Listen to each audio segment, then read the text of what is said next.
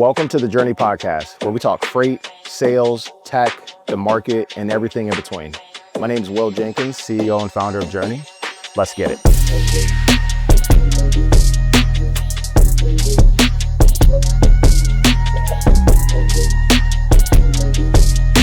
Hello and welcome to the Journey Podcast. My name is Will Jenkins, CEO and founder of Journey. And today I'm joined by Kevin Miles, CEO of Eureka BI. What's up, Kevin? What's up, Will? How we Good doing, to see man? you. I'm doing fantastic. How about you? Excellent, brother. So you are a follow-up guest for us. We had you on, man, you might have been our first episode. Number uno. one.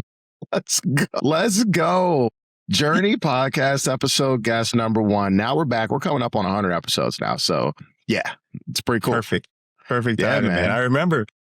I appreciate you inviting me on the first time, and I appreciate you inviting me on again. So this is awesome, man. Congrats on all the success. Thank you, man. Same to you. It's been a pleasure getting to know you now the last 3.5 years and learning about your background and what you guys are building at Eureka BI. So before we get started, I would love to hear just a 10,000 foot overview on your background and then Eureka BI. And then we can dig into the topics that we want to jam on today. Yeah, absolutely. Right. So I'm 20 plus years in the supply chain space. Most recently really focused on logistics and helping companies just figure out how to price freight movements. But so my background started out on the shipping side, worked for a large retail grocery company, managed the whole RFP process, worked with a lot of the large brokers, medium-sized brokers, local brokers, and small asset-based carriers, and really just wanted to figure out how they were pricing some of the bids I was sending out, what was some of the feedback. And what I found is it takes a lot of time. It's part art, part science, and you typically need to have access to some data or a lot of time to research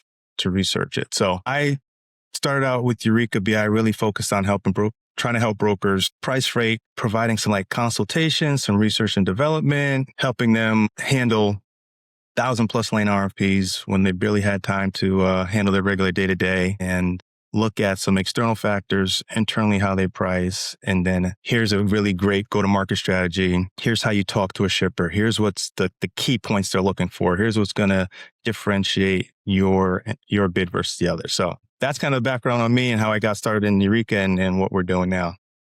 What made you want to start Eureka out of curiosity? Like large undertaking, having sat on the shipper side to say, hey, I'm going to build some technology to help brokers price RFP freight and all that stuff. Yeah. So really, it kind of came from the need and what I saw in the industry, and honestly, the burning desire to kind of get out of corporate America. I was feeling that like I was underutilized. There was a lot of opportunity, and trying to do things in large corporations, as you might or might not know, is difficult. There's a lot of processes in place. There's a lot of bureaucracy and red tape, and so I had some ideas that I wanted to push out there. And when I got started, I had a few brokers who were willing to take a chance on me, and still working with them to this day. Heck yeah. And just kind of went for it. I love that, man. Well, you've been able to build a really cool business, and you've got a lot of insight to what's going on in the market today. So we were texting the other day, just kind of chatting about the current state of the market. From your seat, what are you seeing with your clients? What types of things are you looking out for and helping them prepare for as they work through RFPs and generally just running their business? Yeah. So it's kind of like the perfect storm. I don't remember last time we had this type of convergence of policy changes, technology coming at brokers from every angle, specifically with AI and automation, and then just the overall state of the world, really, particularly like fuel prices and things that are affecting the market in general. So with all those things going on, and thought process from a lot of leaders is we need to kind of stay abreast. We need to grow. And now is the time to grow as we start to see rates come back in line, that they're just handling a lot of things coming at them all at once and trying to manage through that. So my focus and my goal, even beyond RFPs, is just what's kind of the problem you're trying to solve right now? What are the needs you have in the business? Where are some of the gaps that we can help or I can help fill? And a lot of that is just on efficiency and time that it takes to do something. So when we talk about like technology, AI is great. But if you don't have a strategy behind it or a really good plan on how you're going to approach it, you can end up with great tech that wasn't introduced properly and people on the team who are just frustrated with it. So my feedback to people in that space or in that problem are really understand what you're trying to solve, really look at what the technology is that you're trying to bring in and find out what's going to give you the biggest ROI. at the moment. So let's go down that thread a little bit. Obviously, you've got very niche specific technology that helps people price rate and understand why a rate is the rate that it is and positions them to do better with shippers so that they're not wasting their time submitting bids that are paper rates or just kind of a catch-all. But that's very specific, and you've honed that technology based on your experience. When you think about what may not be working or things that people maybe step in and they're like, gosh, I wasted my time with this implementation. Anything that you've seen that clients have had trouble with when they bring on new tech? Because I feel like I see something new every day. Yes. This is kind of a general response, but the TMS implementation strategy or just technology in general, software, is one that is so challenging for brokers. When they start out, they want to get something that fits. Sometimes they want to get something that they think they're going to grow into. And I think, there's a lot of smaller companies or mid-sized companies who think they need the best of the best for TMS standpoint. And then they end up with something that's too big, which got a lot of features or bloat that they're just not going to use, and they're spending a lot of money for it. And vice versa, there's also the folks who think, well, I'm just going to come out with like the cheapest off-the-shelf thing that I can find. And then it doesn't deliver, right? They overpromised and they don't get what they really thought. So a lot of conversations I'm having now are with people who are changing their TMSs because they were overpromised something that didn't deliver, or they have something that's just not keeping up with the changing times, or is just too much for where they're at. So that's one of the challenges I see from just software technology implementation that people really need to focus on and really understand what they're getting, what they're buying. What I like about that response, I don't know that it's too vanilla or boilerplate. It's true. I think about different technologies that we see on the consulting side of our business, and there are a lot that end up being solutions that people overpromise and underdeliver. And then I see other ones like your solution and a few others that are quite straightforward, and they produce the result that the person came for. And they retain that client and they expand. You do more and more business, but it's like an age-old adage, right? You don't want to overpromise and underdeliver, and that's how you burn a bridge with a client that could be a really good client long-term. And you might be able to do one or two things that are small and simple for them exceptionally well. That's good. We want to be able to do that because that's how you gain trust. And then you tell them, hey, maybe we're not prepared for this, or that's not within our feature set today, so that you don't lose them long-term. Right. No, absolutely. And I'm curious about your thoughts on just the whole AI piece and what you're seeing from your consulting side. Like, people are interested in AI. Are you telling them full steam ahead? Are you giving them some precautions? What's your thoughts on companies that are trying to introduce some AI into their company? For me, I think it depends on, are we trying to do something internally on our own? So we've got someone on our IT or technology team that is an engineer and they're tech savvy and they're using whatever tools to build proprietary bespoke solutions on top of what we already have. I have a ton of sub $100 million clients in our book today that are building customized solutions on top of their current tech stack. And it's exactly what they need, and it works well, and they're able to iterate and move fast. So they're not getting caught in the spend a ton of money on implementation. They're just moving fast, kind of breaking stuff, but it's okay because it's controlled in their own environment, right? Then I have others that I think don't ask the right qualifying questions during the sales process to know. I'll give you an example. Kevin comes to me and has some solution, and you pitch me this beautiful prototype and all the things that I'll be able to do. The questions I should be asking are, is that on the roadmap, or can I do it today? Very different, because I want to make sure when I implement this in a month, all these really cool things that you showed me, I'm actually going to be able to go do with my team.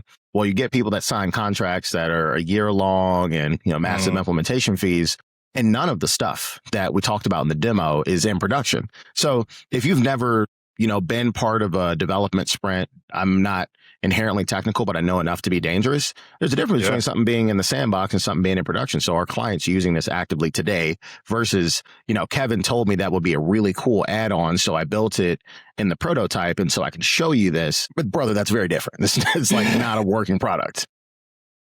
I see that a ton, and it's really scary, to be honest with you. Right. And I believe that's what's happening, is that it is so easy to spin something up in one of these AI tools, right? Whether it's Claude or OpenAI, and show somebody a really nice prototype, really nice demo. And then when they tell you they actually want it, or they buy in, it still takes a little bit of time to produce it, if it's even something on the, right from a technologies company standpoint. Is it really something they want to do? Are enough clients asking for it? Are they going to be able to implement it? So I'm seeing that as well. And to your earlier point, I agree. There's a lot of folks who are putting together their own AI capabilities within their company. I question, can they maintain or sustain it though? That's the second part.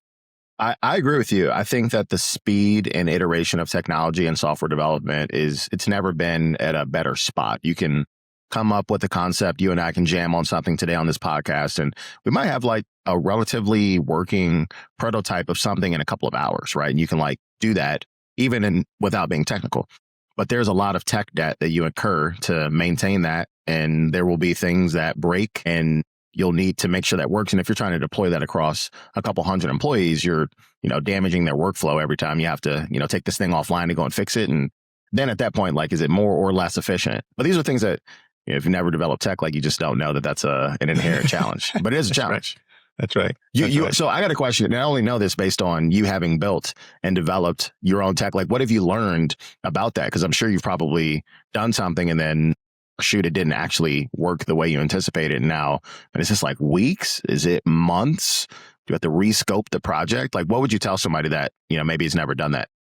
Yeah, I think, the rate in which technology is increasing or expanding now does allow you to iterate quicker. So I'm like, what used to be, kind of work fast is even faster now, right? 10x. And so personally, we've been developing things much quicker and iterating much quicker and getting feedback much quicker. So the feedback loop is just faster than it's ever been. And so we're able to put things into production, test it out, get feedback, and then move on from there if it's not working, or if it's buggy, or if there's just changes that need to be made, or it doesn't do what people thought it was going to do. So my suggestion is, try it as much as possible, iterate fast, and then just pivot if you need to.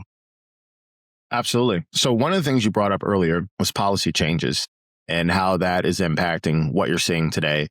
I had the opportunity to moderate the Revenova user conference about a month ago, and one of the panels was on the Montgomery case and the SCOTUS ruling and how that changes how brokers look at vetting capacity and the downstream impacts of that. And I was having a conversation yesterday around the fact that you're going to have really, really strong asset providers that will continue to charge a premium for their services because they're worth it.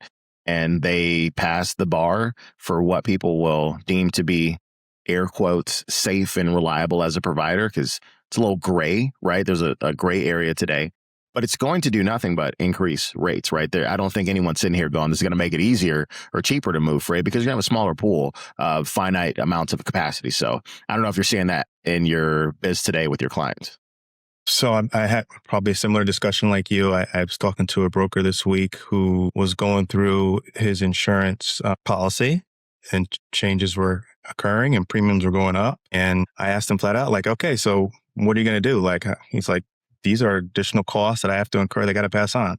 I mean, I don't think there's any way around it. There's some folks that might be able to absorb it for a little while, but ultimately those are additional costs that are going to go into the total cost of a delivery, right? So I believe we're going to see some increases in rates. We're already seeing that happen now, just based on some of the capacity being pulled out of the industry. But this will add to it further, which coming from the shipper side and having seen it kind of downstream, you have to pass these costs on to the consumer, right? So there's somebody that has to pay for it. And so that's going to get passed down through the supply chain. Are you seeing that happen today with how people are approaching RFPs? Not yet. No. So that's a great point, right? I think there's this, RFPs are tricky because we're talking about a contracted rate. Shippers and brokers were dealing with these compressed rates over the last 3-4 years and really living off of the spot market. But now, as these changes start to occur, the idea that you're going to price it off of that is not going to hold anymore. So what I'm seeing personally is shippers increasing the cadence of the RFP. So what used to be a year, on RFP is now 6 months or quarterly. Those are going to go out. They're going to look at the responses. They're going to tender some freight during this contract period. They're going to look at some of the challenges lanes, and they're going to pull that off of the contract, and they might put it on the spot, or they're going to do mini bids where they're going to send out some additional rates every month or so. So that is going to increase the RFP cycle, which in turn adds more administrative work and potentially extra costs. And brokers need to be aware of that. shippers are already getting accustomed to changing their cadence and their approach Absolutely. to it. They know it's coming. They're now seeing it and living it. So this is real, and this is happening right now. It's interesting because, it's not too different from the reality we were in a few years ago during peak COVID. You look at spot rates inflating past record levels and tender rejections inflating past certain levels and whatnot. I'm intrigued to see which organizations position themselves well enough so that this isn't a blip and this continues to be sustained growth. One of the conversations we'll have oftentimes is, what metrics are we tracking as an organization to indicate that this is healthy growth? You have volume and load count, you have margin percentage, overall cost per load, gross margin per load, you have revenue per load, all these different metrics, retention of client and whatnot. But current state, you have a lot of organizations that have inflated revenue numbers purely because shippers are willing to accept higher rates. Doesn't necessarily mean that I am X above my previous year because we're better at selling or we're adding more customers. You might move 100 loads today and you might be up 20% revenue per load purely because of where the market is. So things look up and to the right. And you and I are sitting here looking going, yes, but what happens when the market retracts, which it always does, and you didn't expand your customer base? You were reliant upon, increased revenue. And that's something that I get a little leery about because I've seen it, I watched it be lived out the last 4 years. And I am terrified by orgs that are not expanding actual net new growth or expanding with customers from a volume perspective. Yeah, I completely agree. And I'll swing it back to you to get your thoughts on that part. But we're seeing like a one-sided cycle where it's just supply side.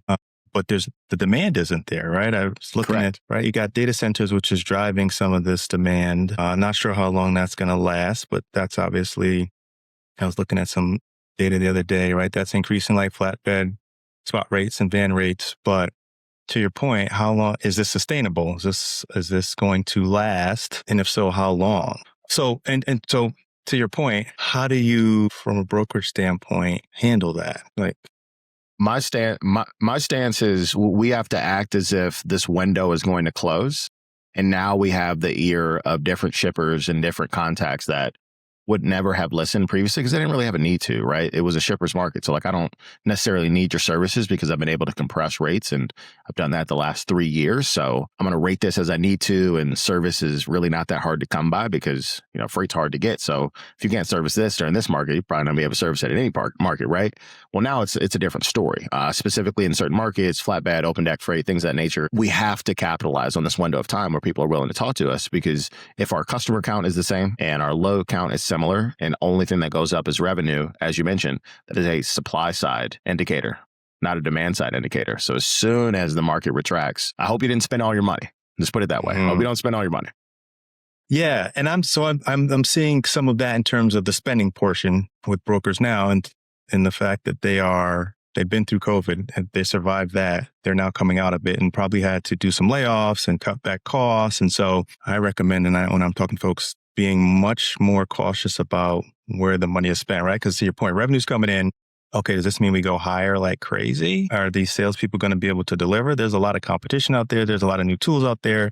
Do you go spend it on AI and think that you're going to reduce headcount or make people super productive? I think those are some of the factors that I'm talking to people about to be cautious of as they look to grow their company. Like you said, times are good. There's opportunity left and right. Shippers are now taking the phone calls from broker. Totally. They're more than happy to say, yeah, whatever it costs. But to your point, you need to be really strategic and intentional about how you're growing your company during these times. If you could see the amount of open roles we have right now, Kevin, your brain would explode. The recruiting side of our business has always been strong, but this is the busiest we've ever been. Executive roles, manager, director, VP level roles, sales roles. We're getting more operator or operations style roles than we ever have because the last 2.5 years, it's been all generate demand. We need sellers, we need sales leaders. And now people are like, oh my gosh, we're winning some business. Operate this. But what I will say is some of it seems extremely reactive to me because for the last 6 months or so, the best clients, well, actually not even last 6 months, last 2.5 years, our best clients have hired. They just haven't done it in massive swaths. Every quarter, they had a couple of strong contributors that they know will be able to build a book of business or lead a group or take a department from where it is to where it needs to be. They're not flat-footed. And so the reason why I say it seems very reactive now is because we have no pent-up demand from the sales engine, but now we need 3 sellers. Saying hire a couple of strong contributors that you feel will be able to help you build,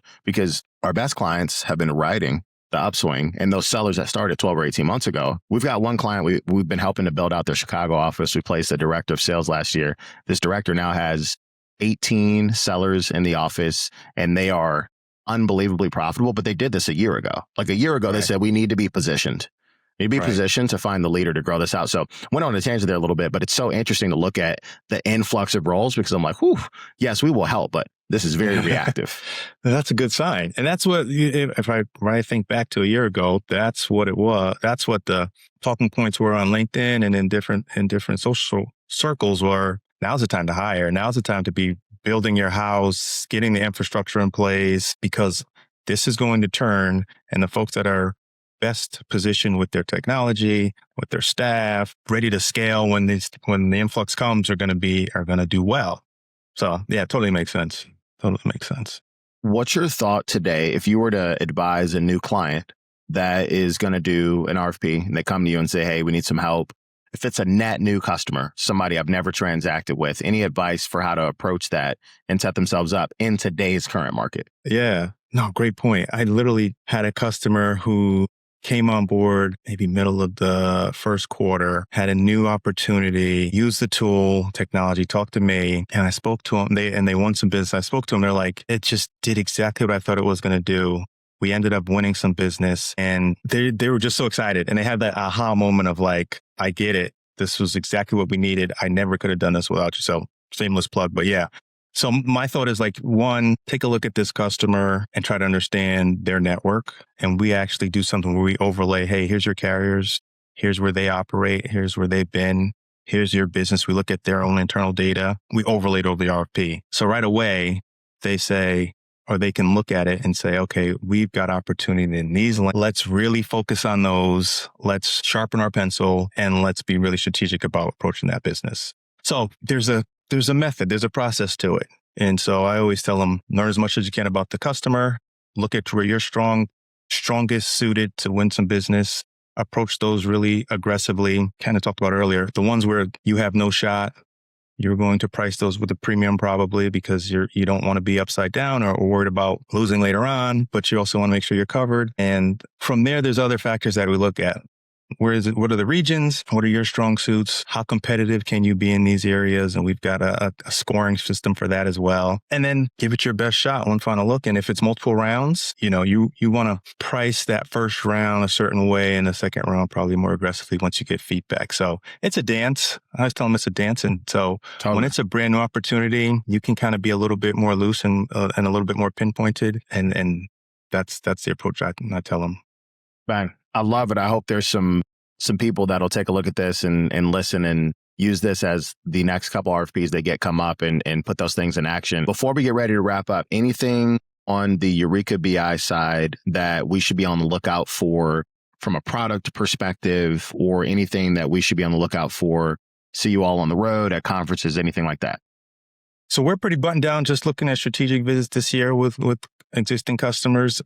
But product-wise, we're going to start rolling out some of the new features and enhancements that we've been working on, as well as some of the success stories of people that are just winning some business, net margins, looking good for the year.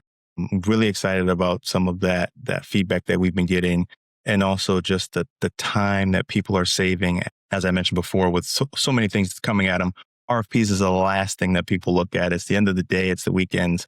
So we want to give people back some time in their day, time with their family, to then just focus on auditing an RFP versus actually trying to price from beginning to end. So heck yeah, stay tuned. More to come. Man, I love it. Well, thank you for being a repeat guest on the Journey Podcast and our OG #1 guest for the Journey Podcast, man. I look forward to sitting down and jamming again for part number 3. But Kevin, man, congrats on what you're building, and thank you for the time. Awesome. Thanks so much, Will.